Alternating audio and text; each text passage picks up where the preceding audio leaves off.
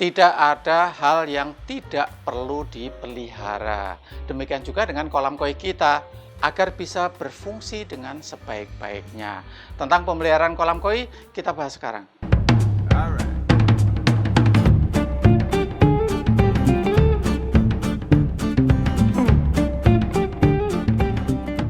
Paman dan Bibi, para pecinta dan peminat koi, nama saya Keko, saya adalah perancang kolam koi. Tentang pemeliharaan kolam koi sering ditanyakan apa yang harus dilakukan, bagaimana cara melakukan pemeliharaannya, seberapa sering. Nah, sekarang kita akan bahas semuanya. Untuk mengawali pembicaraan tentang pemeliharaan kolam koi, perlu kita review sedikit tentang fungsi filter kolam koi kita. Pada dasarnya, filter kolam koi kita secara garis besar ada dua fungsi utama.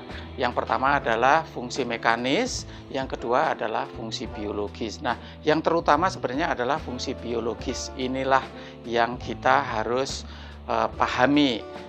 Fungsi biologis ini maksudnya gimana?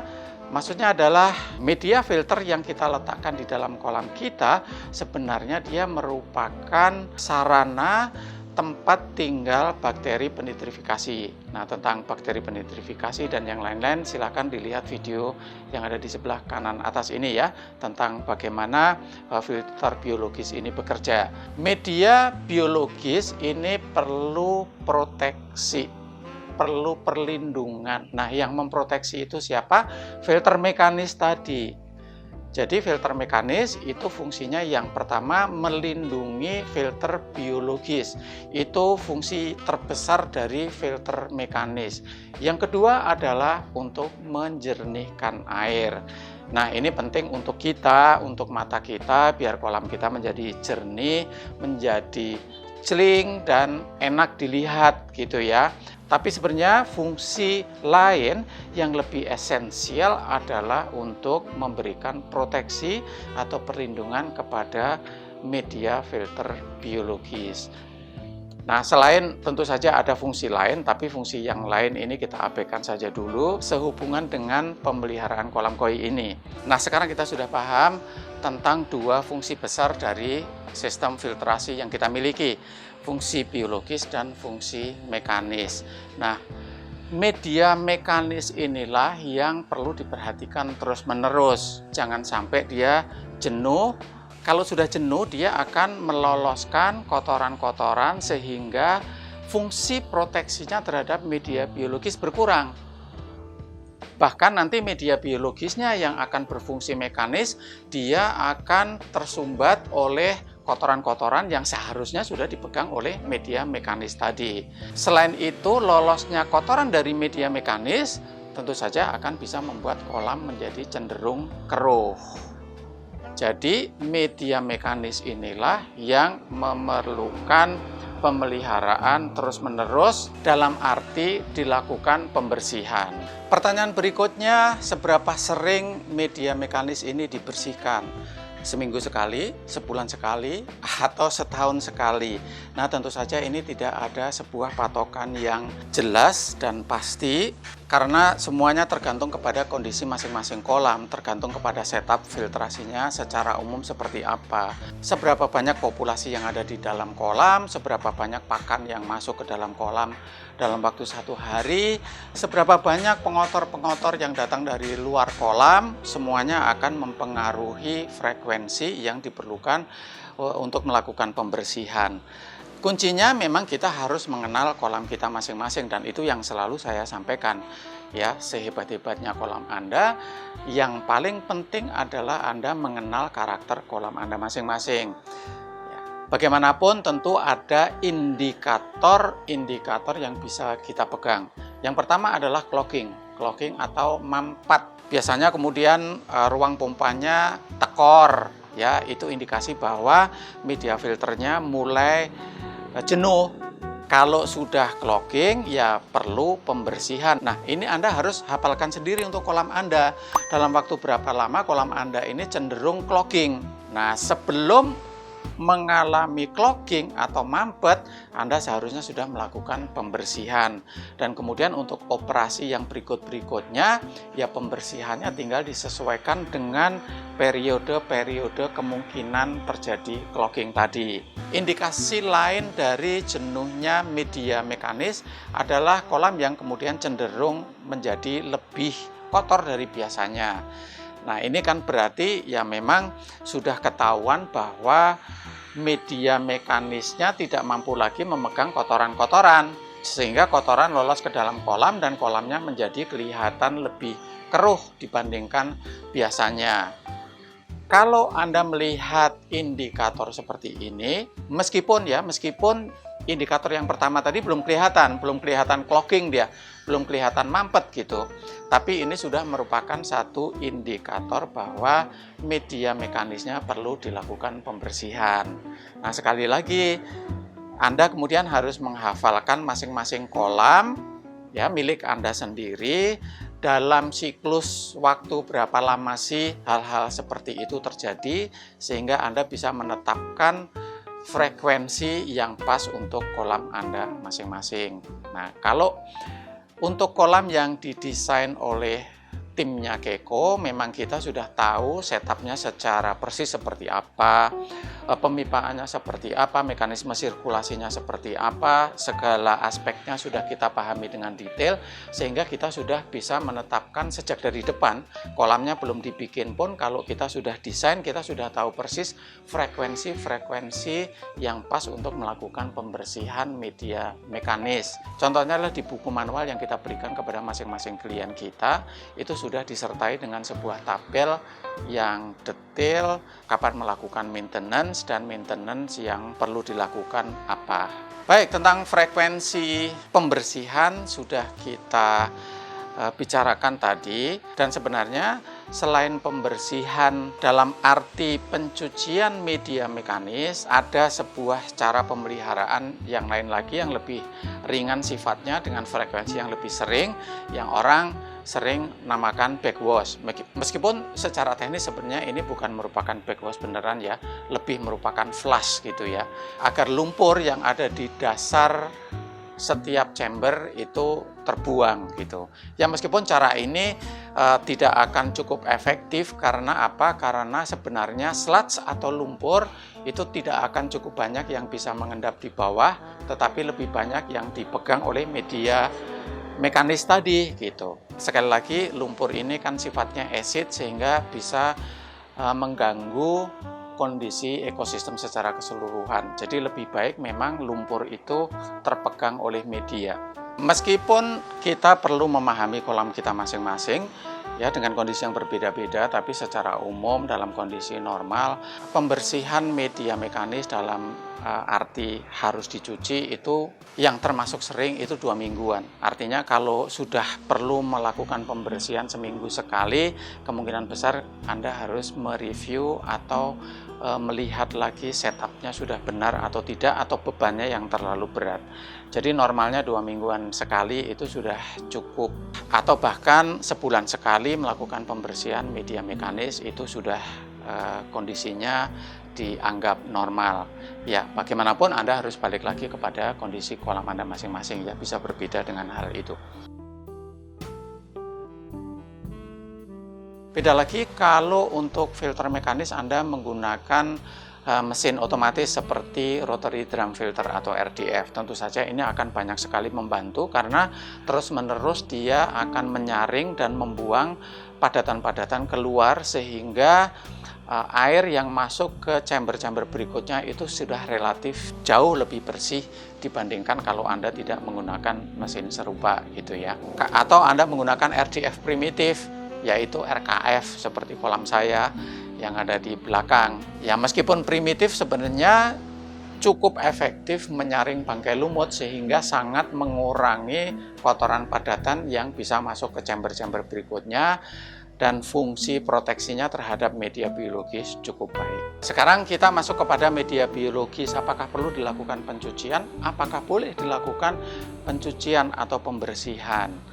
Kalau kita berbicara tentang media biologis yang merupakan tulang punggung dari sistem captive aquaculture, kita harus lihat lagi menjadi beberapa jenis aplikasi. Yang pertama adalah static submerged, atau medianya hanya ditenggelamkan saja di dalam chamber, itu yang kita sebut static submerged. Nah, aplikasi yang seperti ini tentu saja akan membuat media biologis kita juga mengakumulasi padatan, sehingga sehebat apapun proteksi yang sudah kita lakukan, lama-lama tentu juga akan mengalami kejenuhan, lama-lama pori-porinya atau void space yang ada di antara media juga akan terisi dengan kotoran-kotoran padat, jadi perlu dibersihkan.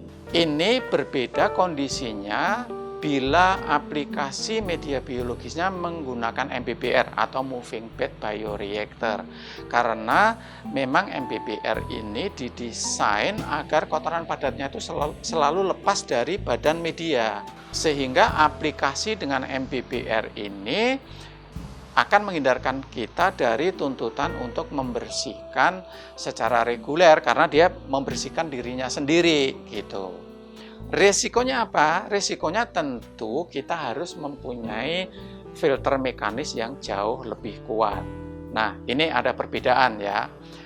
Jadi kalau MBBR itu relatif tidak memerlukan pembersihan. Atau juga aplikasi yang lain adalah bagi shower. Bagi shower itu karena dia trickling dari atas ke bawah. Ya, kalau setupnya benar, memang tidak akan ada kotoran yang berhenti di media atau di masing-masing tray dari bagi shower, itu tidak akan ada kotoran yang berhenti di sana, sehingga relatif tidak memerlukan pembersihan. Kalaupun memerlukan hanya pembersihan kecil sifatnya karena kotorannya tidak banyak, atau kalau Anda menempatkan bagi showernya di ruangan yang terbuka, kemudian ventilasinya cukup besar, sinar matahari relatif bisa masuk cukup banyak, kadang-kadang ada lumutnya di sana, ya memang itu perlu dibersihkan. Tapi relatif untuk MBBR dan bagi shower boleh dibilang tidak memerlukan pemeliharaan. Berbeda dengan aplikasi yang submerged yang biasa kita lakukan. Oke, sekarang kita bicarakan bagaimana caranya melakukan pembersihan media filter biologis yang aplikasinya adalah submerged. Selalu kita rekomendasikan kalau media biologis Anda terbagi menjadi beberapa chamber, sebaiknya dilakukan pembersihan secara bertahap atau berurut-urutan, tidak sekaligus dibongkar. Tujuannya apa? Agar koloni bakteri penitrifikasi yang hidup di permukaan media itu tidak sekaligus tercuci bersih.